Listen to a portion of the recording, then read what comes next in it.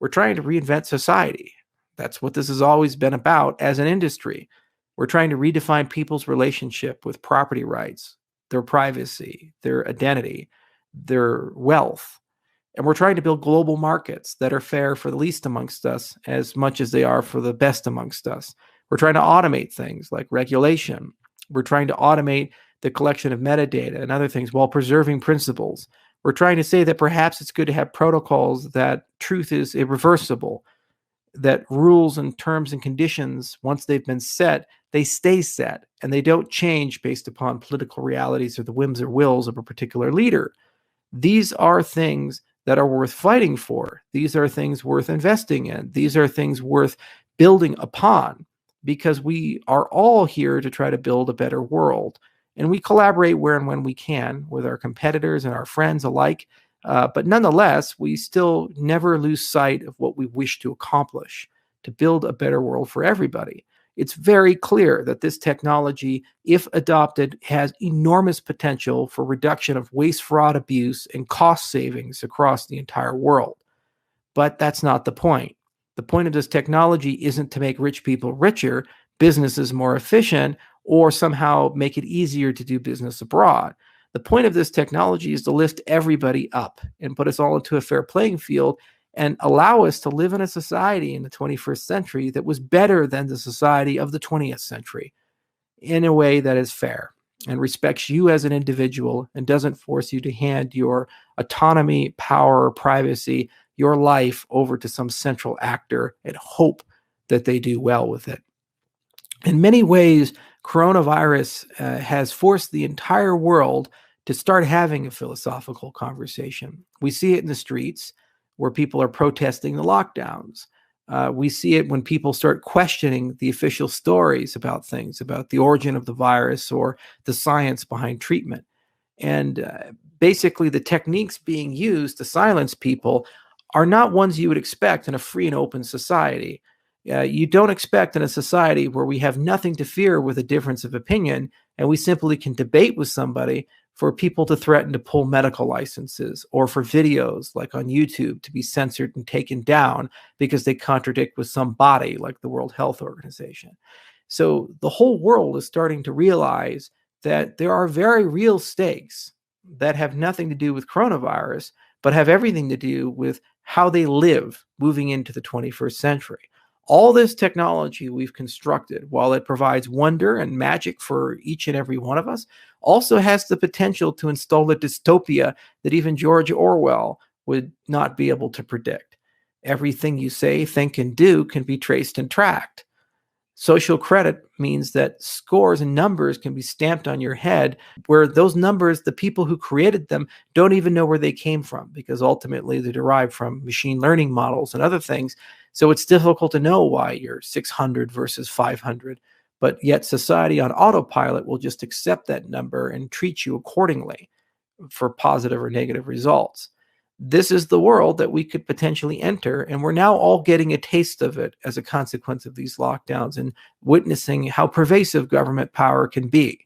The point of our entire industry is to provide alternatives where and when it's sensible, where we can get the benefit, where we can make sure we can stave off war, famine, and disease, where we can deal with these existential problems, whether they be nuclear weapons or AI or unrestrained research into biowarfare, what have you, any of these existential risks that require global governance to resolve. We can deal with these things without elevating one nation state above the other or one set of laws above the other. And so the entire point of our movement is to have that conversation with the world and to let the world know that there are alternatives that do require the methods of the 20th century, and to say we can move beyond all of this, is to keep that philosophy strong and to broaden the tent. And we'll find that we can find so many allies if we do that, who've been fighting literally lifetimes for these things, many of which who won't see it all the way through because they are a bit too old, a bit too worn out, but are willing to still carry that baton and to still fight for us. It's always good to talk to you guys. I love you as a community. You're amazing people. It's still bewildering to me to see how we've gone from nothing to a position where people name their children Ada. They get tattoos with our logo. I get letters in the mail from fans, old and young alike. It's a truly surreal and humbling experience, and it does mean the world to me and to my family and to all those who I work with every single day. We understand the magnitude and the gravity of these things. It certainly does get stressful at times, and we do attempt to inject levity at times, but never once do we forget the amazing responsibilities that weigh on our shoulders and the hopes and dreams of the community as a whole. Why do these systems matter?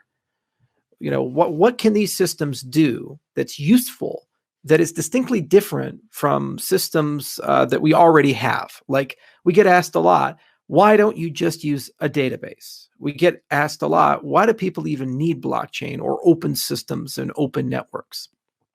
And those people are legitimately interested of, well, two things. One, first, the burden is upon us as an industry as a whole to make the case that there are unique value propositions, unique selling points for the technology that we produce. There are things we can do that no one else can do. And these have to be socially beneficial, meaning they're for good.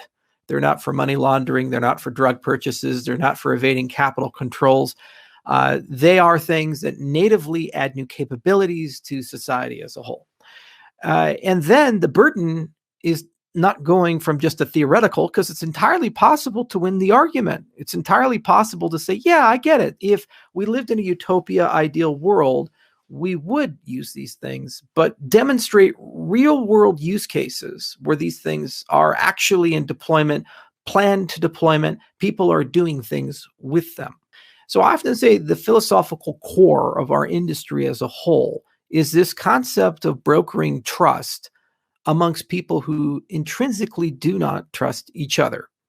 And the greatest example that we all have on our mind right now is, frankly, the COVID crisis. Why? Because this is a great example. It's probably the best example and most blatant example we are ever going to get of the human race with a situation where we need to trust and work with each other for the greater good. Because if we don't, it's clear people will die. We can debate on how many, but it's clear that people will die. Private industry versus the public industry. We have philosophical divides, anti-vaxxers versus vaxxers, anti-science versus science, experts versus the layman. There are so many things that are dividing us, and these cause disruptions on solutions. And the nation state land, we have China versus the world. We have the European Union having fracturing within its own setup. European states are conflicting with each other over the response. Sweden is not locking down, others are. Even the global flow of trade and commerce, travel, is in a dreary state. And so you'd say, well, hang on a second here. Don't we need to work together to establish the supply chains of PPE, the flow of medicine, allocating research resources, deciding who gets what where? And don't we need to kind of trust each other that the numbers that we're reporting are accurate so we can make policy based on those numbers? The models that are coming out are accurate. So this is a great example of a collective problem that we all can agree needs to be solved, because if it doesn't get solved, a lot of people are going to die. And there are other problems, global problems, just simply the flow of people, the flow of money, the flow of consent, the flow of resources, existential problems like the rise of AI, existential problems like bioengineering of diseases. These things do need some notion of regulation. But how do you build a global regulatory layer? The simple way of doing it is form an empire, kill everybody who disagrees and have one standard. The proposed solution is to build a transnational regulatory leviathan and have a wave of unelected bureaucrats enforce a synthetic world government. And again, nobody really likes that because it leads to social credit and other things. It's pretty terrible. So perhaps we could have a different system. In your own life, there are many things you can look at, like, for example, e-voting. In the United States, we have this problem of when do we open? When do we open? And we have all these governors floating around, and they've been given this terrible choice because of the way the media has set things up. They're basically told that if you open your state too early, and it's never clear when that means too early, every single person who dies is blood on your hands as a governor. So no governor actually really wants to make that decision if they don't have to, because they know they'll be blamed fairly or unfairly for death. So in cases like this, that require political courage, it's sometimes better to have a direct referendum from the people themselves. Yet we have no facility to actually have an impromptu vote and get a supermajority of the American people to consent to something. And in general, this capability does not exist in most established democracies. So we can again see why a blockchain system would make sense. Because we don't trust each other, because we don't exactly want to work together, and because we've lost faith in centralized institutions. Who should have the right to count everybody's vote? Should it be California? Should it be Colorado? All these things. How do we know that they're counting these things correctly? How do we know that these systems haven't been perverted by a private interest? Many documentaries have been written about voting machines not working so well or being easy to hack, paper ballots being lost. The legitimacy of these systems is at an all-time low, or at least the perceived legitimacy of them. So a blockchain-based system being auditable, time-stamped, immutable, transnational, not really controlled by central authorities, people can instantly start getting aboard and agreeing to these things. We've even seen the government having so much difficulty doing a mass distribution of money to its citizens. So we have a situation where we want to mail checks, $1,200 to each U.S. citizen to basically buy them off for a while so that they'll agree with the quarantine. Well, how do you do that? In fact, it's no coincidence in the bills that were proposed to do this, there was an attempt to create a digital dollar, a blockchain-based money system issued by the Federal Reserve System to make it easier to manage direct payments to people. So on the theoretical side, we can kind of start seeing some clarity. You have option A, amongst many actors who have to trust each other, work together for a greater good, a common good, or mutual benefit, the cooperative equilibria. You either have the option of entrusting one or consortium of them to form a centralized entity to broker the relationships, which then becomes an oligarchy or a plutarchy, or you have an option of using the native technology of our industry to do that. Now, the applied case is much more interesting. So the question of, well, where is this actually being used? Who is actually deploying these systems? Yes, Charles, this is all academic, but there's no adoption, and that couldn't be further from the truth.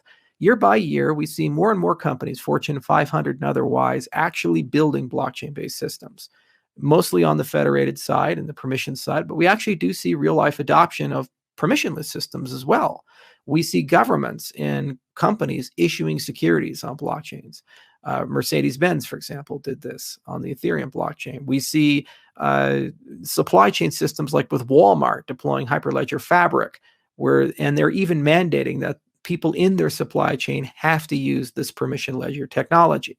I see many RFPs from many governments all over the world requesting both permissioned and permissionless systems, from everything as exotic as academic credential verification to as mundane as voter registration. So there are definitely hundreds of pilots that are occurring with real life use cases being asked for by the Fortune 1000, Fortune 500, and by the governmental entities. In my own domain, what I'm probably most excited about is in the agricultural industry, the agricultural technology. A, because this touches the poorest amongst us. B, if we get this wrong, as our population continues to grow, we'll continue running into the same pervasive problems of the past, where when disruptions occur, millions of people starve to death. In fact, this COVID crisis, the United Nations is estimating that 260 million people will fall into acute starvation. Basically, they're in a position where they have a very real potential of, if even a small percentage of them, say 5% of starved to death as a consequence of this, that would be 13 million people, which is twice the amount of people who died during the Holocaust from a singular event, mostly due to inefficiencies. Because the reality is the world produces more food than it needs. Yet, because of the way things are structured, we just simply can't get it to people. So I'm very keen and curious to get these types of systems in, and also because systems are so pervasively interconnected to each other. So a great example would be something as simple as fertilizer vouchers to farmers. It's something I'm very passionate about. There are many programs all throughout Africa that do this. And basically the concept is you want farmers to increase their output, make more money, So you give them basic tools to do that. Education on things like crop rotation, ways to properly manage their farm, better ways to water and irrigate.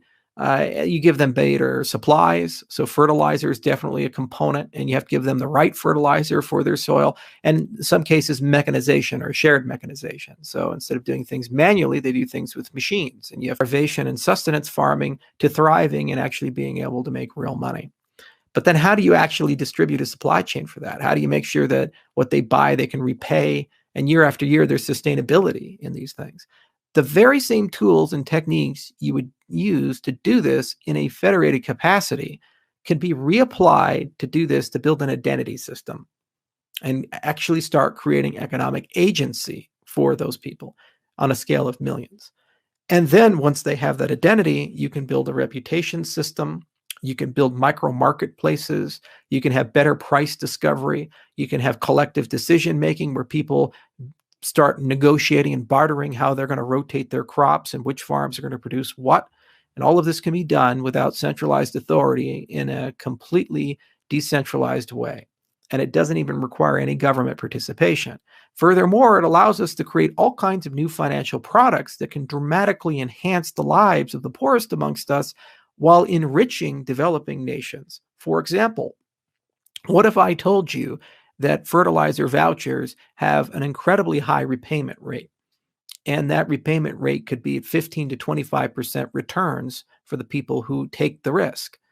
Well, then we could bundle and tranche these into assets that could be sold in regulated financial markets and guaranteed by sovereign entities. And because the default rate is so low, just like the FDIC with bank accounts or other sovereign guarantees, the actual out-of-pocket for that risk mitigation would be very low. Meanwhile, we suddenly have, in a time when we have negative interest rates, when we have very low bond yields, very low interest rates on money, on lending, an avenue to do microcredit at a 15 to 20% return. Greed would compel investors to literally put billions, if not hundreds of billions of dollars of available capital into these products, translating to one of the largest wealth transfers in the history of humanity from the developed to the developing world to build up infrastructure. It's not charity, it's investment, and that investment collectively will rise people out of poverty. So these are examples of things that can be done with the technology that we have, and people see the writing on the wall. They actually understand that this is coming. Policymakers in these countries, they don't have an option. Globalization is forcing them to change. If they don't, they simply lose market access.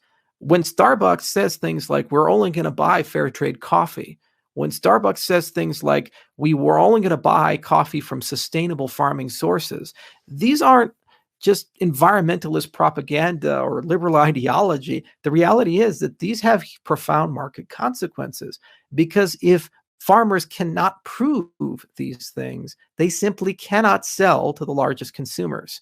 And as a consequence, they have to sell to substandard marketplaces, and they get considerably less money for their crops.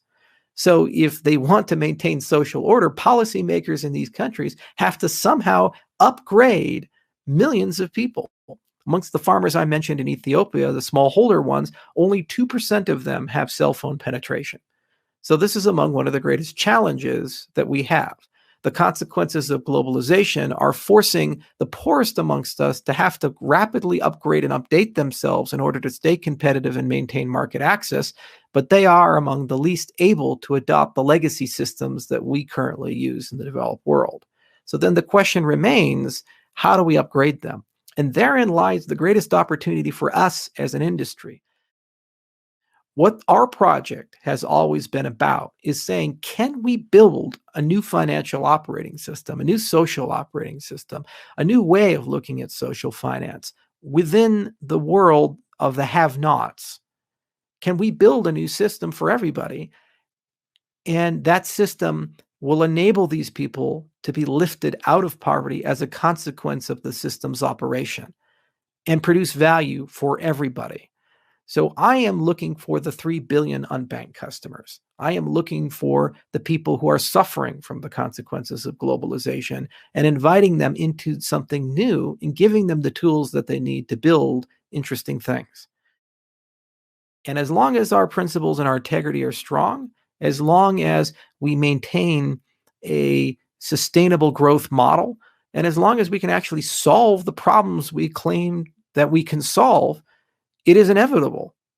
And incentives will drive people into our system. And in many cases, not because they want to be good actors, but because they want to get rich, because they want to build a business, because they want to survive and thrive. Very few people go and work for free. Even volunteers usually have ulterior motives in many cases, to gain experience in an industry, for example, so that they can later on pursue a vocation. So altruism perhaps does exist, but more often than not, we follow our self-interest. The greatest systems ever constructed, the greatest things that humanity has ever built, are things that produce good for all of us by relying on the greed of all of us, by relying on our own self-interest to have an invisible hand guide us towards a better future. Making sure that people truly understand that at the end of the day, this system has nothing to do with money. This system has everything to do with the society that we'd like to live in for the 21st century. You see, there's this concept with elitists, rulers, kings, especially Democrat politicians, where they tend to feel that people are stupid and incapable of self-governance. And as a consequence, they need babysitters, they need philosopher kings to lord and rule over the masses. And then what they'll do is use the mass media to propagate the lowest examples of mankind. The people who drink fish tank cleaner, and the people who have 12 kids out of wedlock and live in a trailer on blocks, and say that's a representative sample of the people. Meanwhile, you have concert pianists, and meanwhile, you have nuclear engineers, and meanwhile, you have retired astronauts and generals, and all these people, wonderful people, millions of them in every single society, every single neighbor. And they're smart. And more often than not, I'm an optimist, and I believe in people, and I believe that collectively people will come together when they need to find ways to do things. When you treat people like shit, they tend to not like you, and you tend to get poor outcomes. When you treat people with dignity and respect, and you believe that people ultimately will do what's necessary for a system to survive, then you will be pleasantly surprised more often than not. So I don't think if we open up these systems to democratic process that somehow it'll become corrupted or self-destructive. Rather, you'll have uncomfortable but necessary conversations about everything from where do we want to go to why do we want to go there. And there's no reason to fear these uncomfortable conversations. This is not some elegant piece of art that I've constructed to put up on a wall and for everybody to admire, and is only connected to my artistic vision. This is a protocol for the people, by the people, to help everybody in the world do the things that they want to do from a financial perspective. And the only way that works is if they have equal stake in it to the people who created it, and that no one person is more equal than another. We're all the same in that respect. So I'm a big believer in that. And I'm a big believer that while it's uncomfortable, it slows things down. In some cases, you descend into unproductive conversations and you have digressions. Eventually, you get to the right place over time. As long as you have accurate information and as long as you have the right incentives and participation. The reason why our governments are so bad right now is they built themselves in a way to maintain political monopolies and to disenfranchise people from participating. And so then you end up getting the lowest common denominator type of candidate as opposed to productive people and productive ideas. So the reason why our governments are not working so well is not an indictment of some sort of idiotic voting class. It's rather an indictment of a political system rigged against its people to rob them of their authority and power. It's an important distinction, and it's something that we as systems architects can design against, just like the founding fathers in the United States wrote a constitution to design against the abuses that they had witnessed with European politics that have historically plagued mankind. What we are looking at right now is the unraveling of the economic order of the 20th century.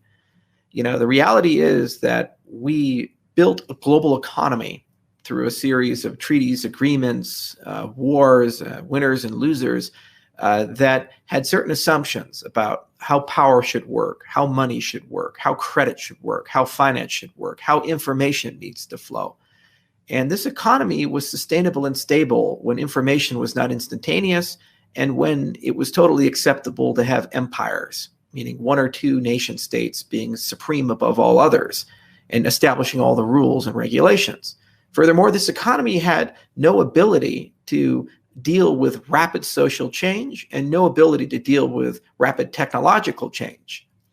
And what's happened is every single time we've seen rapid social change and rapid technological change, the banking system of the 20th century said, oh, well, we'll just solve the problem with cheap credit. We'll print lots of money. We'll go ahead and just keep this unlimited credit culture, and we'll live in a world of increasing debt. All of this, the markets, the world order, you are seeing a lack of fundamental integrity. People do not have faith that the institutions we have can protect us and allow us to address the problems of the 21st century. We are all aware that strong AI has the potential in this century to end humanity. Nothing is being done about it. For the last 10 years, epidemiologists have been saying time and again that a global pandemic could kill 200 million people and collapse the global economy. It was one of the least and last priorities of the world order. And now we are facing potentially this prospect. Where are they? We can't even agree on basic things. So there's a global skepticism that the institutions we have are not going to succeed in the 21st century. So what is the point of our industry? Our industry, the cryptocurrency industry, has nothing to do with fast returns or dealing with volatility or the price of Bitcoin. It has everything to do with a global conversation about changing the way we do things, not just in institutions, whether we should put power in one or the other, about removing the need overall from institutions. We no longer need central authority. We no longer need presidents, kings, governors, leaders, CEOs to get things done. This whole movement is about trust and consent and immutable rules that don't care about the daily news, don't care if there's a plague, don't care if there's a problem or a war or an earthquake. They behave the same way, just like the laws of physics behave. Much safer for us to build things on. And the other thing is, this is where you are in control. You own your own bank. Should a global pandemic upend and push us into a depression, do you think people are going to want to live in a financial system where their bank accounts can be shut down at any time, where they're told that there are limits on how much money they can withdraw every single day, where they can send money, who they can send money to? Do you think that they're going to accept systems like that? Systems that exist to preserve the power of the few? Or do you think they want to live in a world where the value that they have can be moved anywhere, anytime to anyone, and they can take it with them? The same for their identity and their privacy. Our institutions have and continue to fail us. And this market correction is just another example of the markets saying that explicitly and outright. In my own country, the United States of America, the response could have been bipartisan and simple. Our president and the opposition party could have set their petty rivalries aside and said, it's for the good of our people, we should work together. Instead, what did they do? They looked at it like a game of political football. And they said, hey, let's go ahead and see who can score the most points. A recession is bad for the incumbent president, so let's just make sure that that happens regardless. And meanwhile, the other side is ignoring the fact that we are entering into a pandemic and millions of people could die because they don't want the markets to collapse. It's disgusting. And it just shows you the lack of integrity the system has as a whole.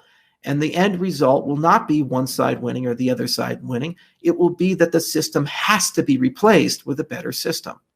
So my plea to everybody in our industry is to calm down and relax and do not succumb to fear, but understand that we are standing at the arc of history at the moment, and understand that we as an industry are collectively, despite our differences, working on the same problem.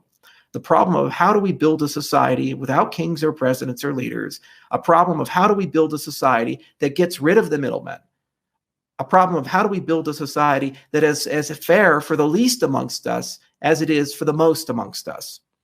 This is the reason we're all here. This is the reason why we have resilience and durability. The markets are panicking that they collapse 10% here, 20% here. We in the crypto space have seen collapses of 90%, yet we still show up for work every single day. We still fight hard every single day. And we still remember who we are and why we signed up. And today I'm just as passionate as I was when Bitcoin was worthless. And tomorrow I will be, and the day afterwards, and we will find a way to win. In closing, a long time ago, over 13 years ago, I was a member of the Ron Paul campaign. And people often asked us, well, what is his political philosophy? And it was very simple to state because we only had 3 pillars and they were easy to understand and repeat, which is exactly what you want when you want to grow from a movement. We went from a few thousand people to 2 million people in a very short period of time and changed all of America's politics, especially on the right. But it was basically a humble foreign policy. So we didn't like things like Iraq and Afghanistan. We didn't like the wars. We said, maybe we shouldn't do that. We said sound money. We didn't like the fact that we were printing tons of money and our national debt kept growing. At the time, I believe it was $6 or $7 trillion. Now it's over 23 trillion. And we said, choose liberty, follow the Constitution. Every single person has God-given rights. Don't take it from them. Let them have them and we'll flourish. The problem with our movement was that while we had the philosophy, we actually didn't have a vehicle to execute it. You know, you often cannot solve the problems of the system within the system. You have to go outside of the system and build a bigger one, a better one, a different one to do that. And the point of our industry, the blockchain industry, is frankly the vehicle to get us to those 3 pillars. It gives us sound money. We can create it with these systems. It gives us the ability to regulate our societies in a healthy way and allow those bureaucrats to do the things they must do, but hold them accountable in very transparent, auditable, and immutable ways, and remove them when they violate the social trust in a way that they can't resist. And finally, it gives us the ability to endow liberty to everybody, because it means that we are all treated by the same rules, and there are no exceptions to that. And we're all given a voice, no matter how small we happen to be, where we happen to be born. And that, frankly, is the reason why I'm still in this space and why I still feel so passionate and why I think our success as an industry is inevitable. I have no doubt that Bitcoin will be around 10 years from now. And if we adhere to our principles the same way they have done and never forget why this protocol exists or who this protocol is for, then we too will be around in 10 years and we too will grow just as they have grown. And the consequences of us growing will be a better world for everyone, a fairer world for everyone, and something that we all collectively own that we've given as a gift for those who come after us. So thank you so much for listening. I always appreciate it, especially this late at night. Keep the faith. Shelley's coming soon, and our best days are ahead of us. Cheers.